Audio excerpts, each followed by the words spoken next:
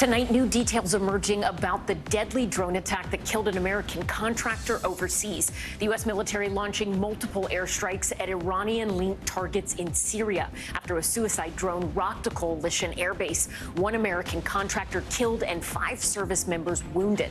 The new NBC News reporting tonight why one of the radars at the base was not working at the time of the attack. And late today, several more rockets launched at American troops. What we're learning about injuries on the ground. Also breaking this hour, severe tornado danger in the south. 15 million people under alert from Texas to Tennessee. Strong winds, hail, and possible long-track tornadoes are expected. Bill Cairns is standing by. DA death threat, a letter containing a suspicious powder and a threatening message found in the mailroom at the Manhattan DA's office as he weighs possible criminal charges against Donald Trump. The letter uncovered just hours after the former president warned of, quote, death and destruction if he's indicted for making hush money payments. We'll have the late details. Biden's border deal, the president meeting with his counterpart in Canada, signing a new agreement aimed at curbing a surge in migration at the northern border. What the deal means for thousands of migrants seeking asylum in the U.S. and Canada. Plus, trouble on board. Video shows a passenger yelling in the aisle of a Frontier flight before she was dragged off the plane by Miami police. The charges she's now facing and the separate investigation underway in Arizona after a bomb threat forced the runway there to shut down. And Gwyneth Paltrow takes the stand, the A-lister testifying about a 2016 skiing accident in Utah. She's been accused of causing it, what she says actually happened that day, and why she says it was not her fault. Top story starts right now.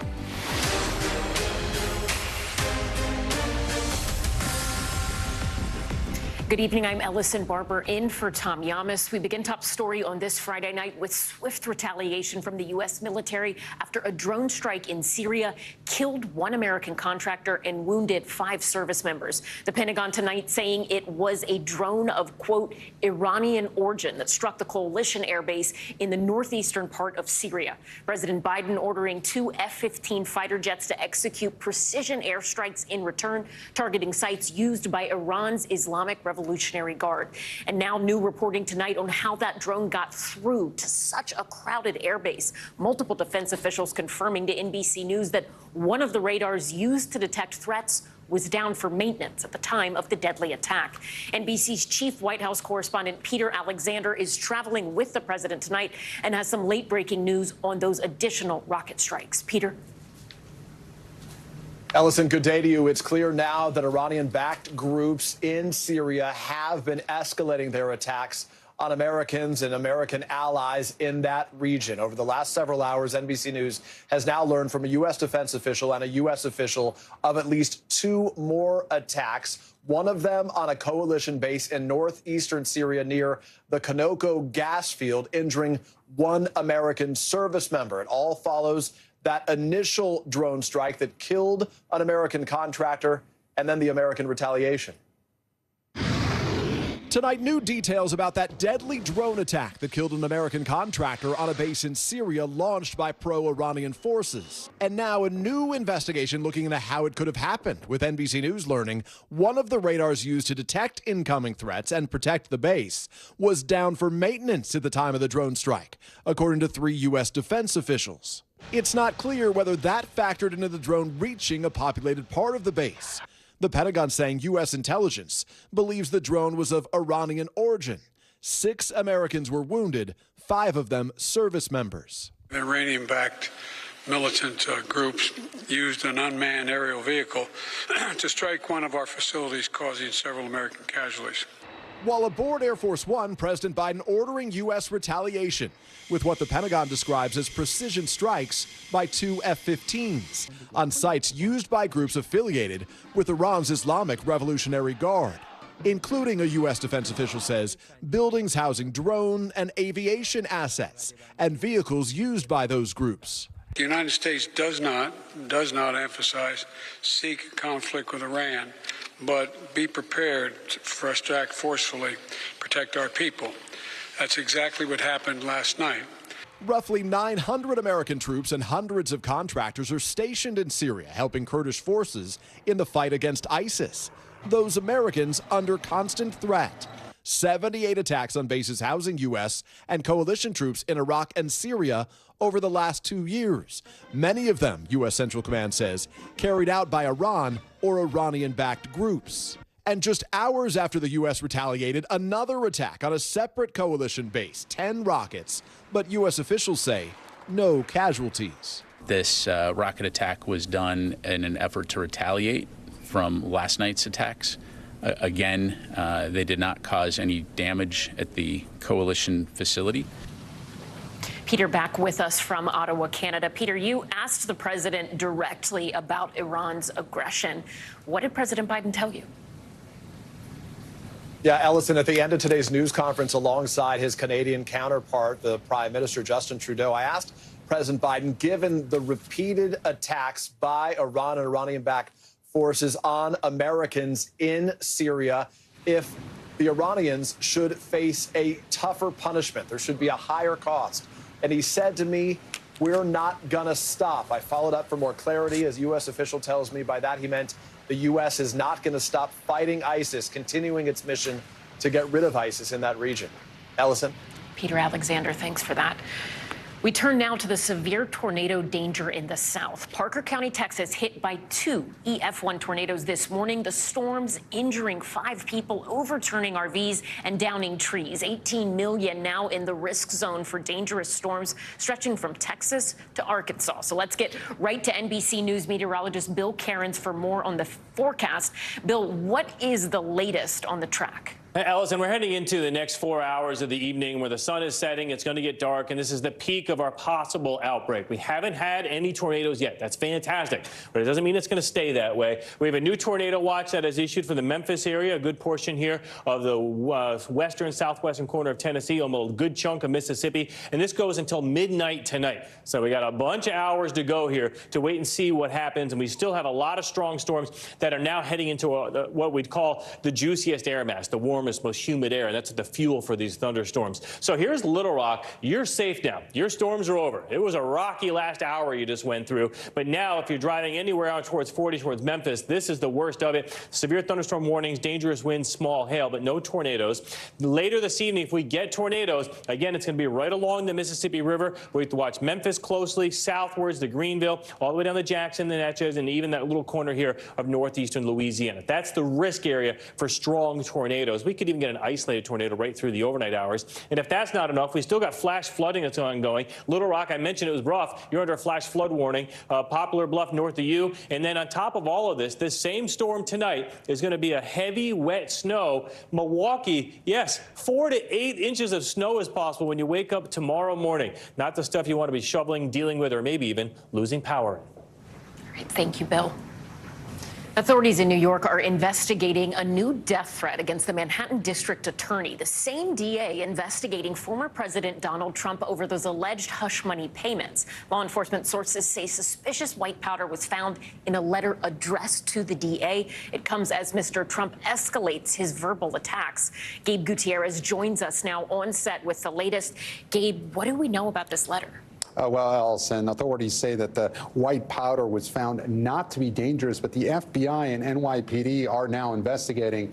And law enforcement sources say the note was postmarked Tuesday from Orlando, Florida, and read, "Alvin, I'm going to kill you." Along with the note, a small amount of white powder. And Alvin Bragg's office, of course, is investigating former President Trump over alleged hush money payments to adult film star Stormy Daniels. A grand jury is expected to meet again on Monday. Last weekend, the former president called for protest and predicted he'd be arrested on Tuesday. That did not happen, but his verbal attacks on Bragg have intensified in increasingly personal terms. Today, Mr. Trump warned of death and destruction if he were indicted and has referred to Bragg as an animal and a degenerate psychopath. He's also showed images of him holding a baseball bat near Bragg's head. And, Allison, security officials are watching this very closely. Has the DA responded to this at all? Yes. This afternoon, Alvin Bragg responded in a memo to staff. He wrote, "I know it hasn't been easy with all the press attention and security around our office," and he thanked everyone for their strength and professionalism during this time. He also wrote, "We'll continue to apply the law evenly and fairly." And our colleagues over at NBC New York report that the DA's office has received hundreds of threats over the past few weeks. Several of them have directly been targeted at Bragg, threatening serious bodily harm, although the credibility of those threats is suspect. Still, though, as I mentioned, security officials are watching all of this very closely, Allison. Gabe Gutierrez, thank you. Now to turmoil at two airports. One woman arrested and dragged by officers on the tarmac after a disturbance. And across the country, another airport temporarily closing a runway after officials responded to a potential threat. NBC's Gwyneth Venegas has more. Tonight, once again, chaos on an airplane. The incident ending with 5 police officers hauling a woman off to be arrested before takeoff. This video, posted by a passenger on the Frontier flight from Miami to Philadelphia, captures part of the disturbance. I want whatever you want. I'll beat you up. Frontier Airlines in a statement saying a customer had been asked to deplane after, quote, 2 customers got into a verbal altercation, adding that upon her refusal, assistance was requested from local law enforcement. Those officers escorting a woman off the plane, oh my God, and dragging her by her limbs. The warrant says 24-year-old Simone Kim assaulted several of them by scratching, pushing, kicking, and pulling, and even attempting to bite the officers as they tried to arrest her. Why they carrying her? She was charged with several counts of battery, assault, and resisting arrest, as well as trespassing. She posted bond, and no information was available about her attorney, and NBC News was not able to reach Kim for comment. But it's just the latest example of such incidents being widely shared on social media. According to the FAA, the number of unruly passengers is down from last year's peak, but they still report an overall average of about 40 unruly passenger incidents per week, a number above pre-pandemic trends. Disorderly passengers, though, not the only thing causing holdups on the tarmac this week. Last night, a security incident at the Phoenix Sky Harbor International Airport resulted in a runway shutting down temporarily. They told us that it was just a security. They didn't say anything about bomb threats. It was just a breach security, and we needed to remain on the runway. The FBI's Phoenix field office telling NBC News that special agents responded to a British Airways flight which had just landed at the airport. Emergency vehicles arriving in force, lighting up the airport and causing delays. Law enforcement determining there was no threat to the plane, passengers, and crew. British Airways apologizing to customers for the delay and saying they disembarked as normal. Air traffic control audio revealing the threat might have been fake. More than happy that it's a hoax. Our security advisors, we spoke to them a few minutes ago and said the plan was to get us to the gate. We were just waiting for confirmation from you that was the plan. The FBI told us today that an investigation is underway in Phoenix and still in its initial stages. As for the 24-year-old woman on that Miami flight, the arrest report says a leg restraint had to be used when detaining her. And under the FAA guidelines, she could be facing stiff fines in addition to those charges. Ellison? Turning now to the rise in migrant crossings at the U.S.-Canada border. President Biden meeting with Prime Minister Justin Trudeau today to create a new plan that would turn back asylum seekers entering through unofficial border crossings. Monica Alba is in Ottawa with the latest. Tonight, after a record surge of migrants crossing at the northern border, the U.S. striking a deal with Canada to turn back asylum seekers entering the countries without authorization. Announced during President Biden's first visit to Canada since taking office. The United States and Canada will work together to discourage unlawful border crossings and fully implement the updated Safe Third Country Agreement. The new pact eliminates a loophole from an agreement that went into effect in 2004 that said asylum seekers must apply to the first country they arrive in. But that deal only applied at official border crossings, creating an opportunity for migrants to seek asylum from the U.S. into Canada at unofficial checkpoints, turning places like Roxham Road, a 30-minute taxi ride from the bus station in Plattsburgh, New York, into a magnet for unauthorized border crossings into Canada. Canadian officials reporting irregular border crossings went from nearly 800 during the last quarter of 2021 to over 8,000 by the end of 2022. Keeping people safe also includes keeping asylum seekers safe, keeping our borders secure, and keeping our immigration system strong. Today, the Prime Minister announcing the new deal will provide migrants with a new legal pathway in, allowing an additional 15,000 migrants from the Western Hemisphere to apply to enter Canada. The new policy applies to anyone without U.S. or Canadian citizenship who are apprehended within 14 days of crossing the northern border. This area, where agents say they're seeing the most activity, is called the Swanton sector, stretching across New York, Vermont, and New Hampshire.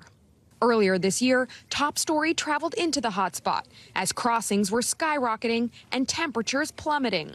I think it's sad. I think that'd be an awful position to put your kids and your family in, crossing like that, but obviously these people don't feel they have a choice. Residents nearby witnessing firsthand the families traversing through freezing forests to seek asylum.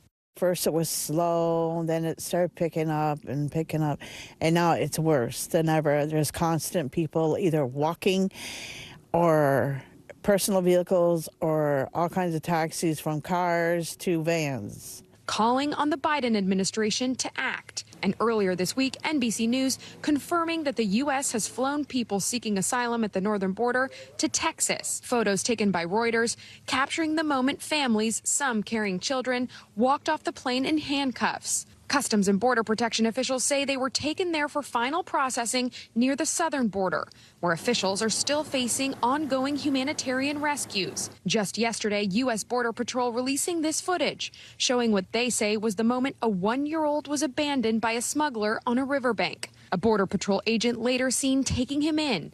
Tonight, they say the boy is safe. And Monica Alba joins us now from Ottawa with more. Monica, do we have a sense of how long it will take for these agreements to go into effect? Almost immediately, Ellison. This will go into effect after midnight Eastern time, and this will affect crossings in both directions. All of this in an effort, the leaders said today, to encourage safer legal migration. But it's important to remember that these figures at the northern border pale in comparison to what's happening at the southern border with Mexico. Ellison? Monica, thank you. We turn now to Uganda, where their government just passed a bill making it illegal to identify as LGBTQ+ and introducing new charges that could make it punishable by death, some calling it one of the most extreme anti-LGBTQ laws in the world. Our Ali Arouzi has more. Tonight, if you identify as gay in Uganda, it could land you in prison for the rest of your life, or even the death penalty in certain cases. The change comes after Parliament passed a new bill with widespread support to crack down on the country's LGBT community. In our country, we will have our morals. We will protect our children. We are going to reinforce the law enforcement officers to make sure that homosexuals have no space in Uganda. The bill still needs to be signed by the president to become law, but it would make merely identifying as gay illegal for the first time. Frank Mugisha, a gay LGBT activist living in Uganda, has grave concerns. Because it has a death penalty, and many people will be worried, many people would be scared. The move is drawing ire from around the world. The UN High Commissioner for Human Rights calling it a deeply troubling development. Anti-homosexuality bill that just passed Parliament in Uganda is probably the most draconian and hideous anti-LGBTQ bill that exists anywhere in the world. And she's not alone in that sentiment.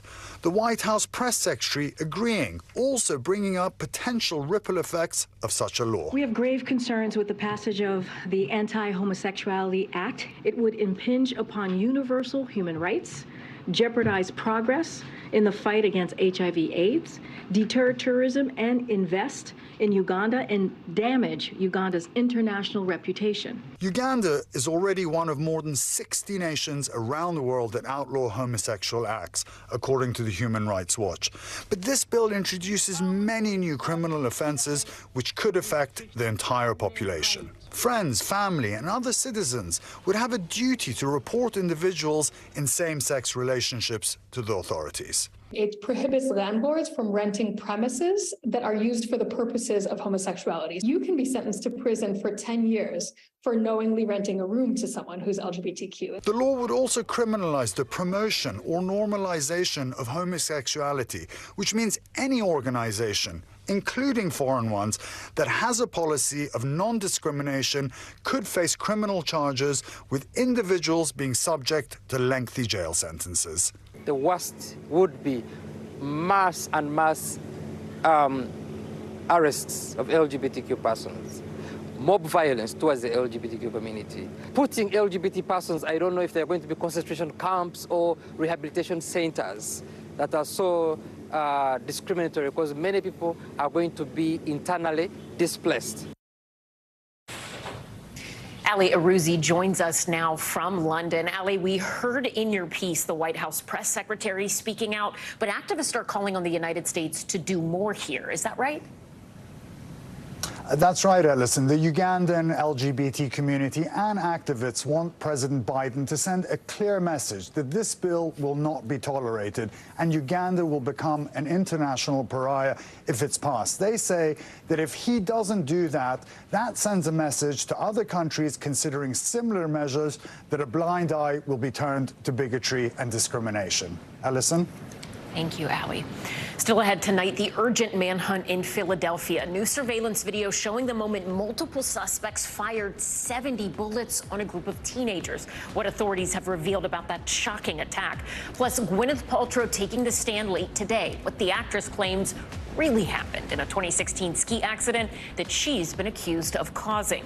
And sideline sucker punch, a Memphis basketball player knocking her opponent to the ground. The criminal charges she's now facing. Stay with us.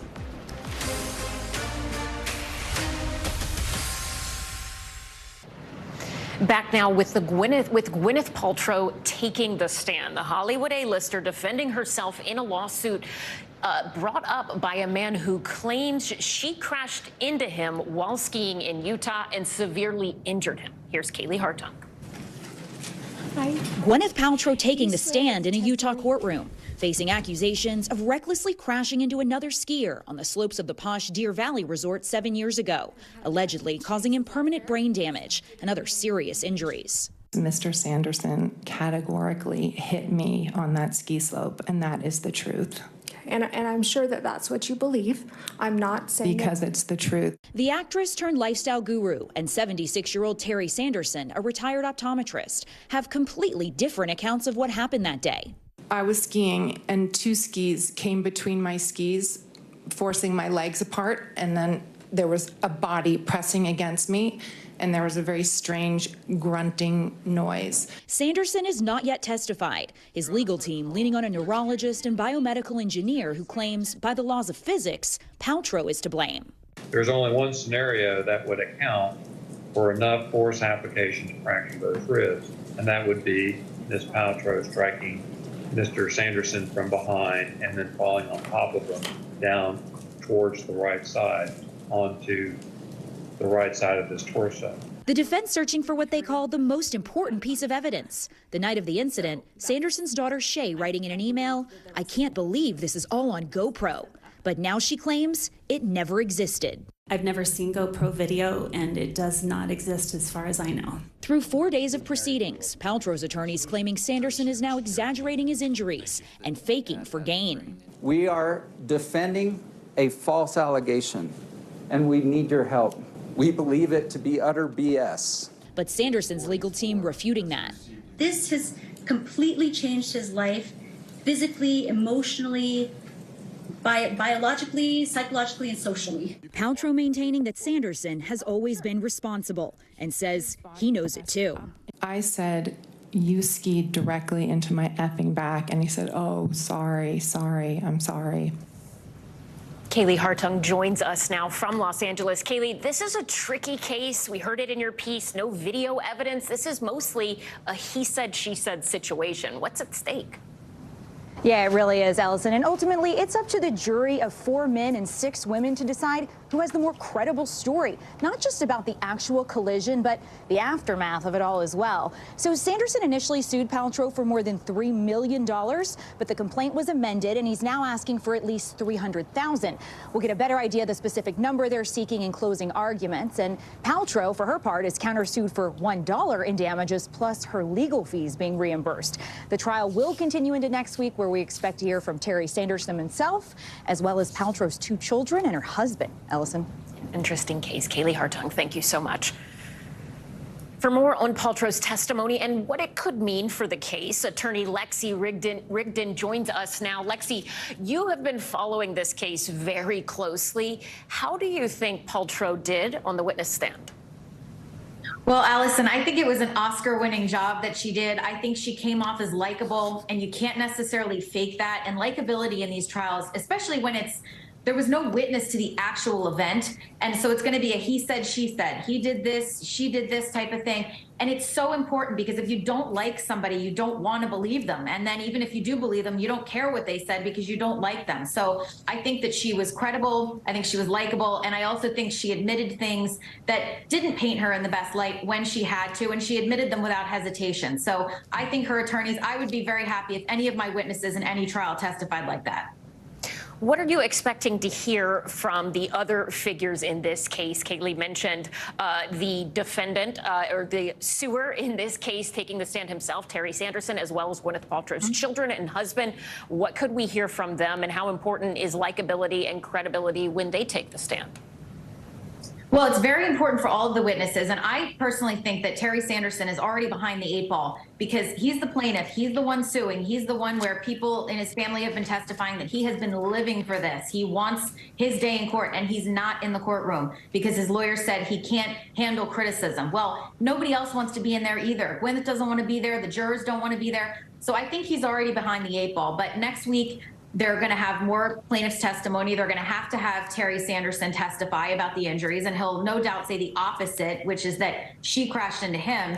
And then when the defense starts their case in chief, they're going to have experts basically rebutting everything the plaintiff's experts said. And I don't necessarily envy those people in the jury room because at the end of the day, I'm not sure either of these people is going to be able to prove their case by a preponderance of the evidence, which is the burden in a civil case. Do you think the jury will hold it against Terry Sanderson that he has not been in the courtroom throughout this trial? I do. If I were on the jury, I would, because these people are missing work. Being on a jury is not something that a lot of people necessarily want to do. Maybe this case is different because she's a celebrity, but jury service is a pain. It can be a pain, and it's your civic duty, but still. And so I think, especially when his children are testifying that this is really important to him, and he has made this his mission, and he's not even in there based on a relatively flimsy excuse that he doesn't like criticism. Well, guess what? Nobody does. So if I were on that jury, that he would be very far behind the 8 ball for me. So we have Terry Sanderson suing Gwyneth Paltrow countersuing Terry Sanderson for substantially less money. How do things play out with this jury? Will they just decide on the suit brought by Terry Sanderson this go round, and then another jury will take up the countersuit from Gwyneth Paltrow, or will they decide all of it? They're going to decide all of it because it arises from the same set of facts. And also, this is kind of the downside of celebrity, because if she weren't a celebrity, she could ask for damages. I'm sure she has them. I mean, she could find an expert to say she does, and she has legal fees, which she is now asking for. But she probably made a calculated judgment that when you're a wealthy celebrity, asking for money from somebody who's not isn't necessarily a good look. So she's kind of stuck. So that's a little bit of the downside in celebrity in these types of cases. All right. Lexi, thank you so much. We appreciate it.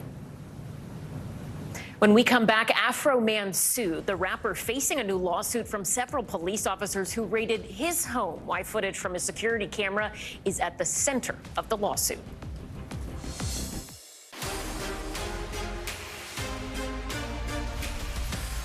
Back now with Top Stories news feed and the urgent manhunt for 4 masked gunmen in Philadelphia. Surveillance video shows the suspects firing over 70 bullets in a matter of seconds. At least 3 teenagers were hurt in what police are calling a targeted attack.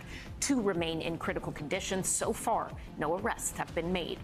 A women's college basketball player has been charged with assault for a shocking moment after a tournament game. Video, you see it here, appears to capture Memphis player Jamira Schutz punching Bowling Green's Elisa Brett during the post-game handshake after Bowling Green's win. Police say Schutz is now facing assault charges. No word on what led up to the incident. In a statement to Top Story, Memphis Athletics Department said it was not representative of their expectations for student athletes. Rapper Afro Man is being sued by 7 police officers who raided his home last year. According to the lawsuit, the officers claim the rapper, whose real name is Joseph Foreman, used this home security camera video of them inside his Ohio home in music videos and to sell merchandise without their consent. No charges were ever filed against Foreman following that raid. And Hyundai and Kia recalling more than 500,000 vehicles due to fire risks. The automakers say the two hitch on several models of SUVs and minivans can catch fire while they're parked or being driven. Owners are now being urged to park vehicles outside. We have more information on this on NBCNews.com. Turning now to a new warning for those planning to travel internationally and in need of a passport. Get your paperwork in sooner rather than later. The State Department saying there is an increase in wait time due to major demand. NBC's Tom Costello with what you need to know. Countdown to vacation 2023 and a post-pandemic surge of Americans going international. But if you don't have a valid passport, beware. The State Department reports an unprecedented 500,000 passport renewal applications each week, 30 to 40% more than last year. And that means big delays. We're looking for a regular passport about 10 to 13 weeks.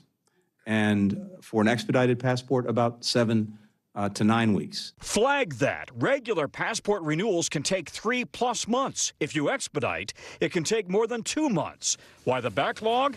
Passport demand tanked during the pandemic, so the State Department reassigned or laid off passport staff. Now they're staffing up and adding extra offices to meet demand. We are receiving frantic calls and outreach from a lot of our constituents. C.J. Leonard bought her ticket to visit friends in Ireland and used the online portal to renew her passport 2 months before departure. Then waited and waited.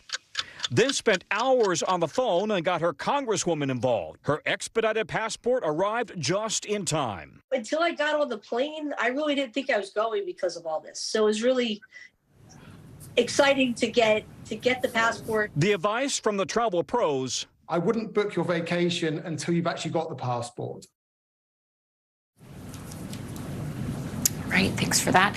In Utah, the governor has signed new legislation that will toughen access for children who use social media by limiting their time on the platforms and allow their parents access to their accounts. The groundbreaking laws, which may soon be adopted in other states, are designed to improve mental health for children. Miguel Almaguer has what's at stake.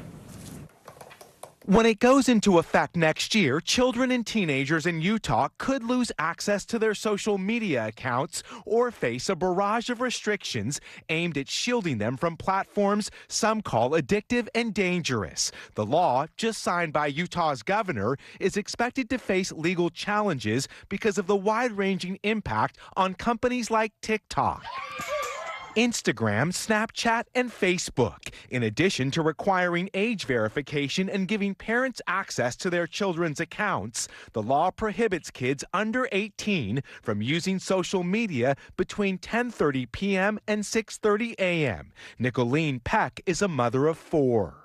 I think it's a move in a really good direction that empowers parents to have hard conversations with their children about what's going on online and helps them be involved. You may not care that your data is being accessed now, but it will be one day when you do care about it. As lawmakers raise security and privacy issues concerning tech giants, several states are following Utah's lead to limit harmful effects of social media on teen mental health. It could be difficult to enforce the law. Some of it I don't think will be. We have some really strict parental control tools. With some calling the legislation unconstitutional and an infringement on free speech, Meta, which owns Facebook, says it's committed to keeping teens safe and will work with policymakers. Tonight, groundbreaking legislation and the social experiment. Will it work? Miguel Almaguer, NBC News. Now to an alarming new report on book bans. The American Library Association finding attempted book bans and restrictions at school and public libraries continues to surge, hitting an all-time high in 2022. The number of ban attempts, a staggering 1,269. That's almost 2 times higher than the previous year. For more on the rise in book censorship, Shantae Burns-Simpson, the Associate Director of the Center for Educators and Schools at the New York Public Library, joins me now in studio. Shantae, I'm so glad you're here to talk about this because it's a big topic and something that probably a lot of people don't pause to think about in their day-to-day lives. And book banning is not something that is new in this country. There was a time where, if I'm remembering correctly, there was a black minister named Sam Green in Maryland who was jailed for 10 years because he had a copy of Uncle Tom's Cabin. At the same time, what we're seeing happen right now is a little bit different than what we've seen in recent years. In the past, it used to be parents or community members attempting to ban or challenging books, and usually it focused on one specific book. But according to this report, 90% of books challenged in 2022 were part of attempts to ban not just one, but multiple titles, and organized by groups, often conservative ones, and they tend to target books that deal with LGBTQ+ issues and race. What stands out to you about this report and these efforts that we're seeing right now? It seems like they're more coordinated. Oh, absolutely. So according to ALA's Office of Intellectual Freedom, these organized censorship groups are really targeting, like you said, LGBTQ+ communities, as well as people of color, writers, as well as books about those communities. And so they're really taking and they're taking a compilated list of books and making sure that they're going to community boards and libraries to have these titles pulled off of our shelves. When you see things like this happening, what's your first thought? And for people at home who might be thinking, I don't have kids in school, I don't go to the library, I order books online, why should they care about something like this? I mean, because ultimately it's our freedom to read. I mean, this has nothing to do with being liberal or conservative. It's just our right to read. This is just our democratic process, which is truly American. So we just really want to make sure the New York Public Library, as well as libraries from across the country, we are really advocating for readers so that they have the option to choose what they want to read. They get to read books that's based on their experience. They also have titles that they can learn from. When you look at things like this report, I understand too in New York City, Mayor Eric Adams' administration is looking at a significant slash to budgets that would impact your library, other libraries in this city very directly. How would you describe the state of books, libraries right now? I mean, the libraries played a pivotal part in supporting New York City communities through the pandemic. I mean, just even over the past year, we're opening up teen centers who were really heavily, hit during the pandemic with just being isolated. We're also providing a lot of resources for our students. We're supporting asylum seekers to help them navigate New York City. And just to keep on this topic, we really just want to make sure that we're providing books and information that is going to serve our diverse communities. So I'm being pretty optimistic personally and hoping that the mayor sees the hard work that we do to support the city and really rethinks the budget cuts. Great, Shantae, thank you so much for being here. We appreciate it. Thank you.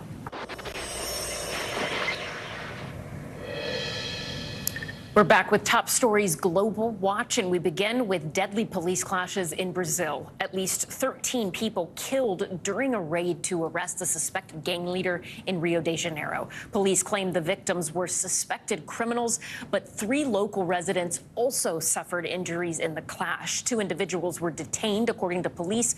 They say they also seized a large amount of weapons. North Korea claims it tested an underwater attack drone that can launch a, quote, radioactive tsunami. New images show a weapons system firing in the water off the East Korea Bay. North Korea claims the drone can be deployed at any port. Kim Jong-un also threatening the U.S. and South Korea, saying they will, quote, plunge into despair if they continue joint military drills. Thanks so much for watching Top Story. I'm Ellison Barber in New York. Stay right there. More news now on the way. Thanks for watching our YouTube channel. Follow today's top stories and breaking news by downloading the NBC News app.